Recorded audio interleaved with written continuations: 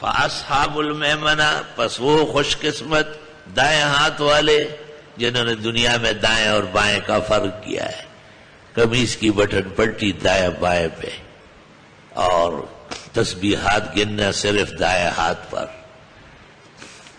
اور شروع کرنا دائیں طرف سے، اور ہر نیکی کے اور حسین کاموں میں دائیں کو بائیں پر تفوق دینا، خیرات دینا دائیں ہاتھ سے، خیرات وصول کرنا دائیں ہاتھ سے۔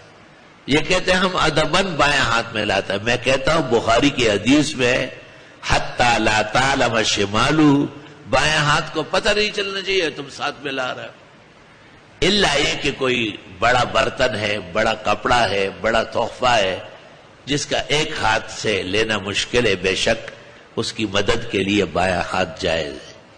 ما اصحاب المیمنہ، آپ کو کیا پتا ہے کون ہے وہ دائیں ہاتھ والے یا خوش قسمت لوگ؟